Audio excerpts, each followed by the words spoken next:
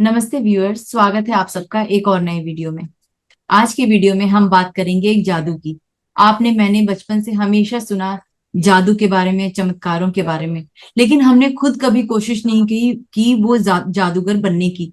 हम सब भी जादूगर बन सकते हैं, यकीन मानिए बिल्कुल बन सकते हैं। केवल 28 दिन देने होंगे और आप और मैं बिल्कुल एक जादूगर की तरह तैयार हो जाएंगे केवल 28 दिनों में। सुनकर बड़ा अचंभा लगा ना, मुझे भी लगा था। लेकिन जब कुछ लोग मुझे ऐसे मिले जिन्होंने 28 दिन में वो जादू सीखा और अपनी जिंदगी पर उपयोग किया, अपने परिवार पर उसे उपयोग किया, तो उनके साथ भी वो मैजिक होने लगा। तो चलिए सीखेंगे ये मैजिक, और इस मैजिक को सिखाने के लिए हमारे साथ जुड़ रही हैं पूजा जी। तो सबसे पहले उनका स्वागत करते हैं। पूजा जी, आपका बहुत बहुत स्वागत है हमारे प्लेटफॉर्म पर। Thank you so much sister. Thank you. Sister, आप मुझे सबसे पहले तो ये बताइए कि हम सब, क्योंकि जादू शब्द है ना, वो बहुत अट्रैक्ट करता है हमें बचपन से ही, और हमने बहुत अलग अलग ट्रिक्स देखे, लेकिन हमने खुद तो अप्लाई कभी नहीं किया अपने ऊपर। आप आज हमें वो सिखाने आई हैं, तो क्या है वो जादू? डिटेल में मुझे और मेरे पूरे इस प्लेटफॉर्म पे जितने भी हमारे दर्शक गण हैं सबको बताएं। जैसे हमने बचपन में जिन की कहानी सुनी थी ना कि जिन और अलादीन है। जी और वो अलादीन को वो चिराग मिलता है जिसमें से वो जिन प्रकट हो जाता है, और वो जिन कहता है कि जो हुक्म मेरे आका है ना। जी तो जी। जो जो भी अलादीन कहता है और वो उसके सामने वो लाकर रख देता है। तो हम्म ऐसी शक्तियां हम सब को कहीं ना कहीं मालूम है कि सब कुछ हमारे में अंदर है, लेकिन हम भूल गए हैं, इसका यूज भूल गए हैं, और इस शक्ति के हम इसको कैसे यूज करना है वो सब कुछ भूल गए हैं। तो एक छोटी सी प्रैक्टिस, 28 दिन का कमिटमेंट, और हमारी लाइफ चेंज होते हुए हम खुद ही देख सकते हैं। और जैसा आपने कहा कि जादूगर बन सकते हैं, तो डेफिनेटली हम जादूगर बन सकते हैं। और मैंने अपनी लाइफ में खुद प्रैक्टिस किया है और उस जादू को होते हुए देखा है। मतलब जो चीजें ऐसा लग रहा था कि बहुत ही इम्पॉसिबल हैं, वो चीजें तक मैंने ठीक होते देखी हैं अपनी लाइफ में इस प्रैक्टिस से। तो सभी से रिक्वेस्ट है कि जो जो भी जादूगर बनना चाहता है वो इस 28 दिन को इस प्रैक्टिस को स्टार्ट कर सकता है। तो इसको मैं आपको एक प्रेजेंटेशन के द्वारा दिखाना चाहूंगी, समझाना चाहूंगी, इसके पीछे का साइंस बताना चाहूंगी। तो जरूर। स्टार्ट करते हैं। जी। तो आज हम मैजिक वर्कशॉप के इंट्रोडक्टरी सेशन के लिए सभी मिले हैं, तो सभी का बहुत बहुत स्वागत है अपनी जिंदगी को चेंज करने के लिए, अपनी जिंदगी में खुद एक जादूगर बनने के लिए, और दूसरों की जिंदगी में भी एक जादूगर का रोल निभाने के लिए। तो जैसे जैसे हम ये इस प्रैक्टिस के बारे में अनफोल्ड करते जाएंगे, आप समझते जाएंगे कि यह प्रैक्टिस जो है वो हमें वो सब कुछ दे सकती है जो हम जिंदगी में चाहते हैं। तो अगर हम निचोड़ देखें, जहां पे भी हमने सुना है बचपन से लेकर अब तक, जो हमने जाना है कि पर्पस जो है वो लाइफ का खुश रहना है। मैं अगर अपनी जिंदगी के बारे में देखूं तो मेरी जिंदगी कुछ पैरामीटर्स के अराउंड घूमती है, जहाँ पे हेल्थ है, वेल्थ है, हैप्पीनेस है, मेरे रिश्ते हैं, मेरा करियर है, मेरी स्पिरिचुअलिटी है। और भी कुछ आयाम हो सकते हैं जो आप ऐड करना चाहें जरूर करें। बट लेकिन मैंने जब अपनी जिंदगी को देखा तो इन सब के अराउंड घूमती है। तो अगर मैं बात करती हूँ कि लाइफ में जो मेरा पर्पस है वो खुश रहने का है, तो मैं खुश कैसे रहूंगी? मैं खुश तभी रहूंगी जब मेरे आसपास के जो पैरामीटर्स हैं ये सब कुछ ठीक चलते रहेंगे।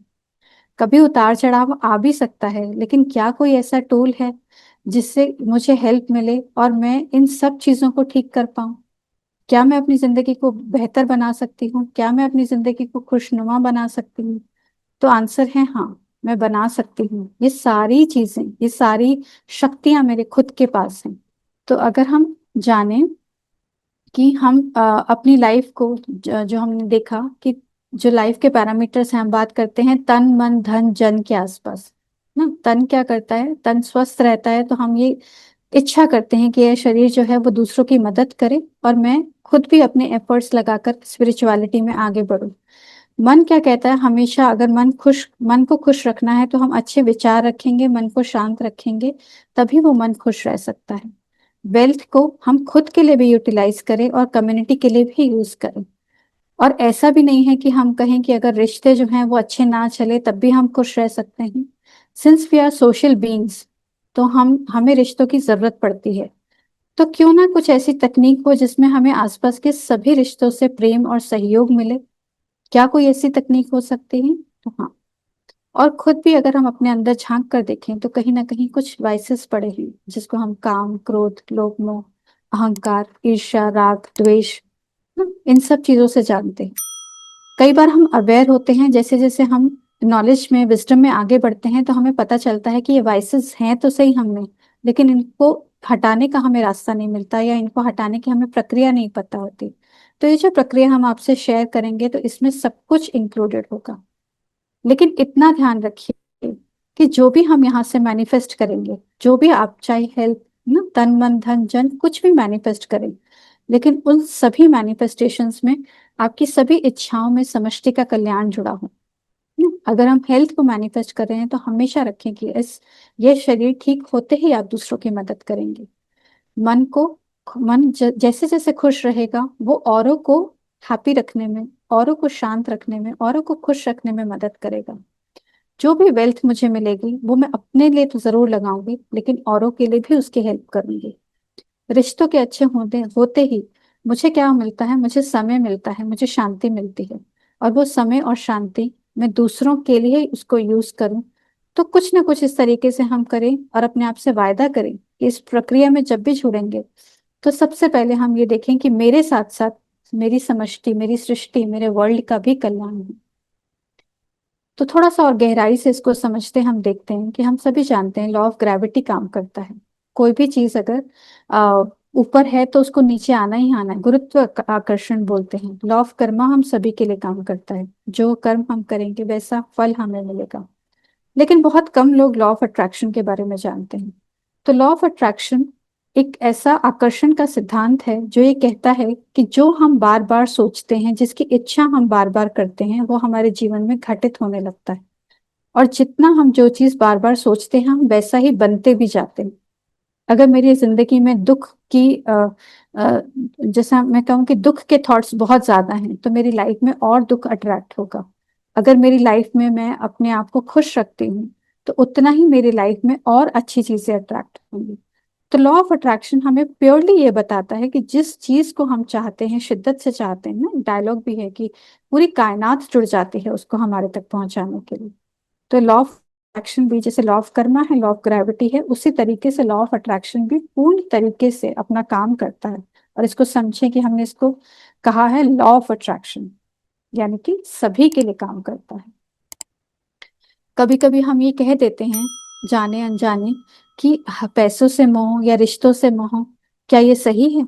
हम ये जानते हैं कि बुद्धा ने बोला है कि attachment is the source of all suffering. तो हमें किसी भी चीज से अटैच नहीं होना है। लेकिन अगर हम, कोई रिश्ता है, हमारा बच्चा ही है, अगर हम कहें कि हम बच्चे से अटैच नहीं हैं, तो क्या हम उसका पालन पोषण सही तरीके से कर पाएंगे? तो हमें क्या करना है? हमें डिटैच्ड अटैचमेंट की प्रक्रिया को अपनाना है, कि जहां हम डिटैच भी हैं लेकिन हम अटैच भी हैं। जो भी मनी हमारी लाइफ में है, उसके लिए हम जितना जितना शुक्रिया करेंगे, वो जो मनी है वो और बढ़ता चला जाएगा। इसको हम और आगे, इस सिद्धांत को और गहराई से समझते हैं कि जैसे हम बात कर रहे हैं ग्रैटिट्यूड की, धन्यता के भाव की, कृतज्ञता के भाव की। तो ये जो लॉ है, लॉ कहता है कि अगर आप उन सभी चीजों के लिए धन्यता का भाव महसूस करते हैं, जिंदगी में कृतज्ञता का भाव महसूस करते हैं, तो वो चीजें आपके जीवन में और बढ़ती चली जाएंगी। तो ये प्रक्रिया कहती है कि इसमें हमें सब चीजों में, ये 28 डेज का जो प्रोसेस है जिसकी बात की, तो उसमें सब हमारी ऐसी आदत हो जाएगी कि हम हर चीज में अच्छाई को पहचानने लगेंगे, हर चीज में सकारात्मकता को लाने लगेंगे, और हर चीज के लिए आभार मानने लगेंगे। चाहे वो एक अच्छी सिचुएशन है, चाहे वो एक बुरी सिचुएशन है, लेकिन हमारा जो मन है वो इतना ट्रेन हो जाएगा कि उस चीज में से भी वो अच्छाई को ढूंढ कर लाएगा। और मन की स्थिति हमारी कैसी रहेगी? बहुत खुशनुमा रहेगी। तो जितना जितना मन खुश रहने लगेगा, उतनी हमारी हेल्थ अच्छी होने लगेगी। बिकॉज जैसा मन वैसा तन।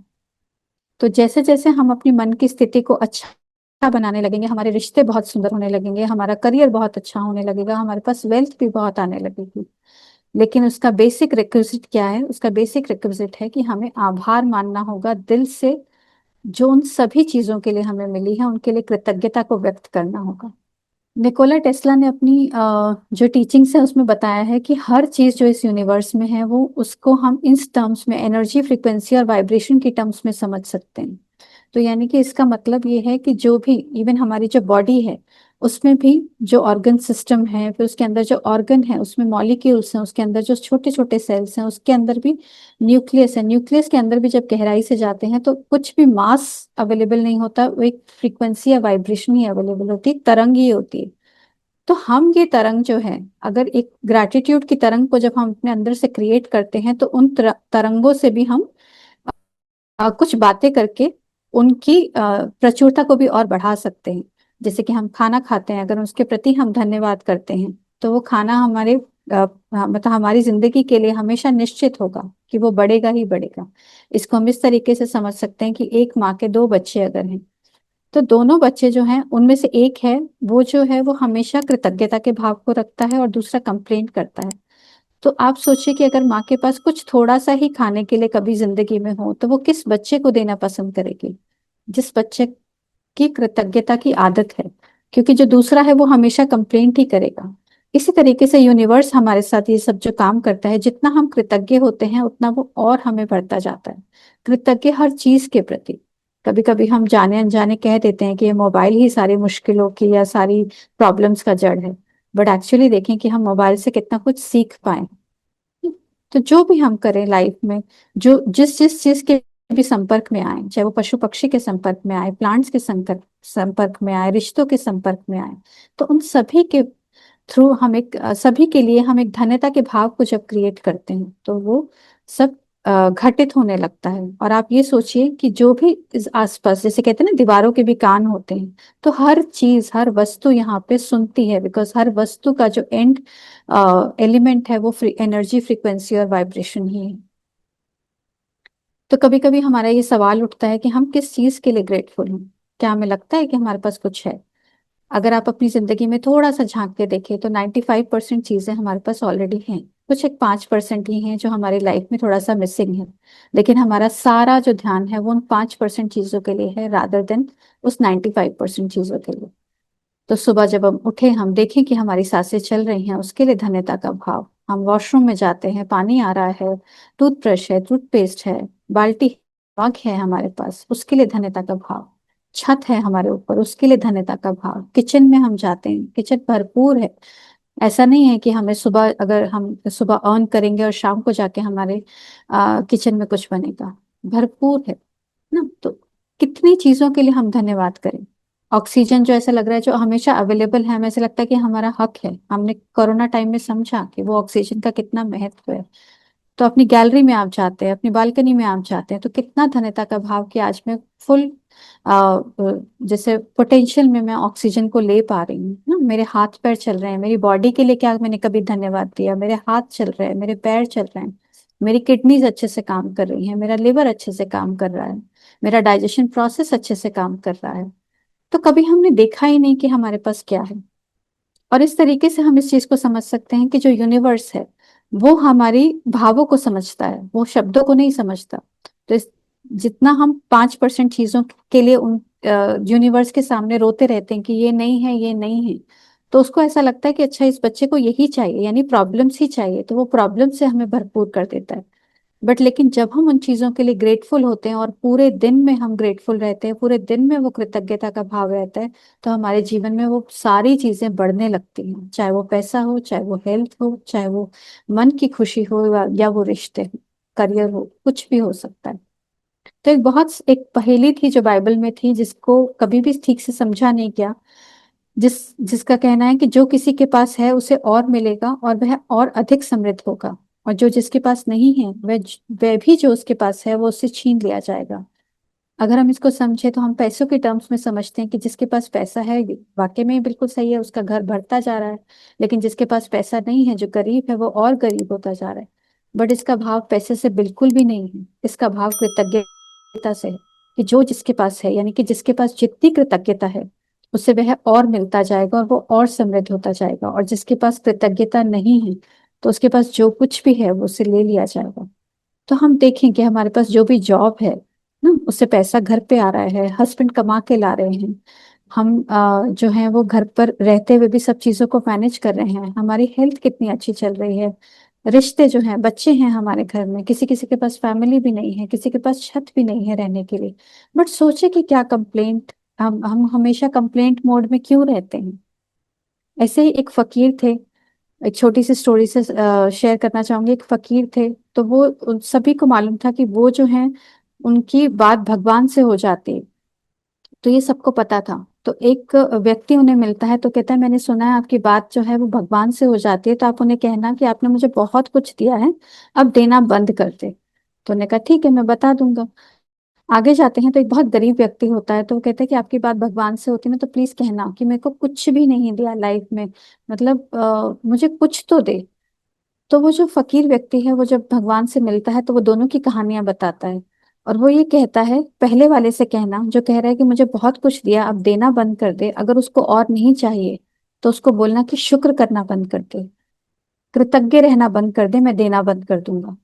और जो दूसरा व्यक्ति है जो बहुत गरीब है, जो कह रहा है कि मेरे पास कुछ नहीं है, उससे कहना कि वो शुक्र करना शुरू कर दे, मैं उसको देना शुरू कर दूंगा। तो वो फकीर व्यक्ति जो है वो उनके पास वापस आता है और बताता है कि भगवान का ये मैसेज है। पहले व्यक्ति को बोलता है कि आप शुक्र करना बंद कर दो, तो वो देना बंद कर देगा। तो उसने कहा कि उसने दिया ही इतना है कि मैं शुक्र करना बंद ही नहीं कर सकता। तो उसने कहा कि ईश्वर का वायदा है कि वो तुम्हें देना बंद नहीं करेगा, अगर तुम शुक्र करना बंद नहीं करोगे वो तुम्हें देना बंद नहीं करेगा। और जो गरीब व्यक्ति है वो कहता है, शुक्र करूं, किस चीज का शुक्र करूं, कुछ भी तो नहीं है, ये फटा पुराना सा एक कपड़ा है, और इतने में वो हवा आती है और वो कपड़ा भी उड़ जाता है ना। तो जितना जितना जो चीज है, अगर हम उसका हम शुक्र करते जाएंगे, ईश्वर भी हमें और भरपूर करते जाएंगे। और जो ग्रैटिट्यूड है, कृतज्ञता का भाव है, वो हमारे अंदर के विकारों को भी कम करता है, चाहे वो अहंकार हो ना। कृतज्ञता क्या कहती है कि आपके कारण मैं सफल हुआ, वो ईश्वर को श्रेय देता है, दूसरों को श्रेय देता है। लेकिन अहंकारी व्यक्ति क्या करता है, वो ये कहता है कि मैं सफल हूं क्योंकि मैं ही सबसे अच्छा हूं, तो सारा श्रेय खुद ले लेता है। तो जितना जितना हम ग्रेटिट्यूड की भावना में रहते हैं, हम देखेंगे कि हमारा क्रोध कम हो रहा है, क्योंकि जो एक्सपेक्टेशन है हमारे लोगों के प्रति, जब हम ये कहते हैं कि उसने ये नहीं किया, रादर देन कि जब हमें ये पता चलता है कि ये नहीं किया लेकिन बाकी सब चीजें तो कर रहा है, तो कृतज्ञता का भाव हर चीज में अच्छाई दिखता है, क्रोध कम होने लगता है, लालच कम होने लगता है। जिसमें कृतज्ञता ये कहती है कि वो संतुष्ट है, लेकिन लालच क्या कहता है, मुझे और चाहिए। मोह क्या कहता है कि मुझे छोड़ मत देना। जो कृतज्ञता का भाव है वो हर चीज में संतुष्ट है। तो अगर हम इसके पीछे के साइंस देखें तो ग्रैटिट्यूड कैसे हेल्प करता है, हमारे मेंटल हेल्थ को बूस्ट करता है, हमारे रिलेशनशिप्स को स्ट्रेंथन करता है, हमारे स्ट्रेस को रिड्यूस करता है, एंजाइटी को रिड्यूस करता है। किसी किसी को सोने का प्रॉब्लम है तो वो प्रॉब्लम भी ठीक होने लगता है। फिजिकल हेल्थ को एनहांस करता है और हमारे संकटों से उबरने की शक्ति को बढ़ाता है। इसको हम इस तरीके से समझें, किसी व्यक्ति की अगर किसी ने शरीर छोड़ दिया है, तो रादर देन उसके पीछे रोने के लिए हम उसके लिए भी अच्छा सोच पाते हैं जब हम ग्रेटिट्यूड करते हैं, और हम देख पाते हैं कि बाकी सब चीजें भी कितनी स्मूथ चल रही हैं। तो जितना जितना हम कृतज्ञ होते हैं, हमारी लाइफ जो है बदलने लगती है और एक ओवरऑल वेलबींग एनहांस होने लगता है। तो ये मैप ऑफ कॉन्शियसनेस को अगर हम समझेंगे, तो जितना हम खुश रहते हैं उतना ही हमें सुख की फीलिंग आती है, शांति की फीलिंग आती है, और वही हमारे एनलाइटमेंट का कारण भी बनती है। तो ये ग्रैटिट्यूड का जो शस्त्र है, अस्त्र शस्त्र कुछ क्या कहें उसको, कि वो हमारे पास अवेलेबल है। अगर हम चाहते हैं समृद्ध होना और आगे बढ़ना, तो ये हमारे ऊपर है कि क्या हम इस शस्त्र को यूज करें या फिर इस शस्त्र को छोड़ दें। जितना जितना यूज करेंगे उतना हमारी लाइफ में और अबंडेंस बढ़ता चला जाएगा। जिस तरीके की हमारी सोच पहले की है कि मेरे पास कुछ नहीं है, नहीं है, नहीं है, ये सोच अगर हमारी चलती है, तो हमारी बॉडी के सेल्स जो मदर सेल्स से डॉटर सेल्स बनते हैं, वही सेम इंफॉर्मेशन रिपीट होते जाते हैं। लेकिन रादर अगर आज मैं कहूँ कि मेरी हेल्थ में थोड़ा सा इशू है, लेकिन मैं अपने आप को अच्छी इन्फॉर्मेशन दूं कि मेरी हेल्थ बिल्कुल परफेक्ट हो रही है, तो डॉटर सेल्स में जो मेमोरी जो जाएगी, जो इन्फॉर्मेशन जाएगी, वो ठीक होने की जाएगी और बॉडी खुद को ठीक करना शुरू कर देगी। तो अगर रिश्तों में गड़बड़ है ना, हेल्थ में गड़बड़ है, या वेल्थ नहीं है, तो बार बार अगर हम अच्छी चीजों को एफर्म करने लगते हैं और जो नए सेल्स बन रहे हैं उनमें नई इंफॉर्मेशन जाने लगती है, हमारा नया न्यूरल पाथवे बनने लगता है, तो हमारी लाइफ अबंडेंट हो जाती है, चेंज हो जाती है। बट इसका भाव ये है कि स्टार्टिंग हो सकता है आपको मुश्किल हो कि हम किस चीज के लिए कृतज्ञ हैं, लेकिन जैसे जैसे 28 दिन की जर्नी शुरू होती है, पहले दिन, दूसरे दिन, तीसरे दिन, चौथे दिन तक आप बहुत कंफर्टेबल हो जाते हैं, और सच में उस अबंडेंस जो आपको मिला है उसको देखने लग जाते हैं। तो इस प्रोसेस में जब हम स्टार्ट करेंगे तो अपने 10 गोल्स आप बनाइए जिनको आप फोकस करना चाहते हैं। लेकिन एक गोल को आप फोकस कीजिए अगले 28 दिन के लिए। चाहे वो हेल्थ हो, चाहे वो वेल्थ हो, चाहे वो रिलेशनशिप किसी को ठीक करना, कोई भी रिश्ता आपको ठीक करना है, तो एक गोल पे फोकस करेंगे। तो उन 28 दिन पे उसको लेते हम आगे काम करेंगे। फिर कुछ ऑनलाइन सेशंस होंगे जिसके अनाउंसमेंट आपके साथ समय समय पर होती रहेगी। लिखना बहुत जरूरी है। जैसे जैसे आप लिखते हैं आपकी फोकस, आपका कंसंट्रेशन किताब और पेन के साथ सी वहां पे आ जाती है और वो चीजें पूरी होने लगती हैं। हर दिन एक डिफरेंट एक्सरसाइज होगी। हम समझते हैं कि माइंड को चेंज चाहिए, तो हर दिन एक डिफरेंट एक्सरसाइज होगी, लेकिन आपको कृतज्ञता के भाव से भर देगी। हम कभी कभी परेशान हो जाते हैं कि अरे हमें तो कृतज्ञ रहना है, तो कभी कभी हम नेगेटिव भी हो जाते हैं। तो इस चीज को अपने साथ रखें, बिकॉज ये बहुत लोगों को हेल्प किया है उन्होंने, कि अगर हम एंड करते हैं पॉजिटिव स्टेटमेंट से तो यूनिवर्स के पास वो पॉजिटिव स्टेटमेंट ही जाता है। जैसे कि अगर मेरी आज तबीयत ठीक नहीं है तो मैं डॉक्टर के पास गई हूँ, तो मैंने उनसे बोला है कि आज मेरी तबीयत ठीक नहीं है, लेकिन मुझे पूरा विश्वास है कि आप मुझे कुछ ऐसा मेडिसिन देंगे जिससे मैं बिल्कुल ठीक हो जाऊंगी। तो when you and up that statement with the positive one, तो आपकी लाइफ में मिरेकल्स होने लगते हैं। इस 28 दिनों के लिए सिर्फ ऐसा नहीं होगा कि आपने बस सुन लिया और हो गया। आपको एफर्ट्स करने पड़ेंगे, तो जो करेगा वो वही पाएगा।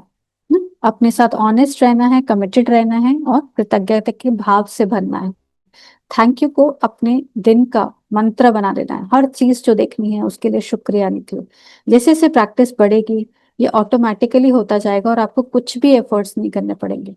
और आपको समझ में आएगा कि हमारे पास कितना कुछ है कृतज्ञ होने के लिए, और कहाँ हम अपनी एनर्जी को कंप्लेंट्स में बस वेस्ट किए जा रहे हैं। तो अपने सेल्फ से पॉजिटिवली बात करें, यूनिवर्स से पॉजिटिवली बात करें, अपने रिश्तों से पॉजिटिवली बात करें। ना हम बात कर रहे थे जादूगर बनने की, तो सिर्फ ये कहानी है खुद से पॉजिटिव रहने की। उस जो सबकॉन्शियस माइंड है, जो जिन हमारा अंदर बैठा है, जैसे ही हम पॉजिटिव होंगे, जिन हमारे लिए वो सब चीजें करना शुरू कर देगा जो कि हमारे लिए हमें रिक्वायर्ड है। जैसे वो कहेगा ना कि जो हुक्म मेरे आका, तो कैसे हम उस ऑटोमेटिकली वो जो जिन जो हमारे अंदर है उस वो बाहर आने लगेगा और हमारी हर चीज पूरी होने लगेगी। तो इसको समझे कि अगर हम स्पिरिचुअलिटी में भी आगे बढ़ना चाहते हैं तो स्पिरिचुअलिटी इज ह्यूमिलिटी, नम्रता है। स्पिरिचुअलिटी क्या है? ह्यूमिलिटी है, नम्रता है, और ह्यूमिलिटी कम्स विद ग्रेटिट्यूड। तो लिखने का कोई ऑल्टरनेटिव नहीं है। अगर हम कहें कि हम मोबाइल पे लिख लेंगे, लैपटॉप पे लिख लेंगे, आईपैड पे लिख लेंगे, तो ऐसा नहीं होगा, बिकॉज इट क्रिएट्स रिफ्लेक्शन। हमारा फोकस शिफ्ट होने लगता है, हमारे इमोशनल एक्सप्रेशन चेंज होने लगते हैं, हमारा अवेयरनेस बढ़ने लगता है, हम खुद को इंट्रोस्पेक्ट कर पाते हैं कि कहाँ हम गलत हैं। तो लिखना बहुत जरूरी है। इस पूरे 28 दिन के लिए सभी से अवगत कराया जाएगा कि क्या क्या चीजें हमें चाहिए, वो पहले से एडवांस में बता दी जाएंगी। बस आपको अपना गोल रेडी रखना है कि मुझे क्या चीज परिवर्तित करनी है। और लॉ ऑफ अट्रैक्शन एक उसकी सूक्ष्म बात है, वो आपको वो नहीं देता जो आप चाहते हो, लेकिन आप उसके काबिल अगर बनते हो तो वो सब कुछ आपको मिलने लगता है। लाइक अगर आप ये कहें कि मुझे यूनिवर्स मुझे घर चाहिए, लेकिन उस घर को संभालने के लिए कैपेबिलिटी अगर आप में होगी तो ही वो घर आपको मिलेगा। तो ही इतने आज हम कहते हैं कि हमें जो है वो 200 करोड़ चाहिए, तो क्या अपने आप को खुद से चेक करें कि क्या मैं वो 200 करोड़ संभालने के लिए रेडी हूँ? तो यूनिवर्स वो सब कुछ देता जाएगा जो जो हम जिसके लायक हम बनते जाएंगे। तो हमें काबिल बनना है। तो धीरे धीरे जैसे ही मैं इस ग्रैटिट्यूड की फीलिंग में आऊंगी, मेरे आसपास की सभी पैरामीटर्स चेंज होने लगेंगे और अल्टीमेटली जो मेरा गोल है, लाइफ का पर्पस है खुश रहना, वो सब अचीव होने लगेगा।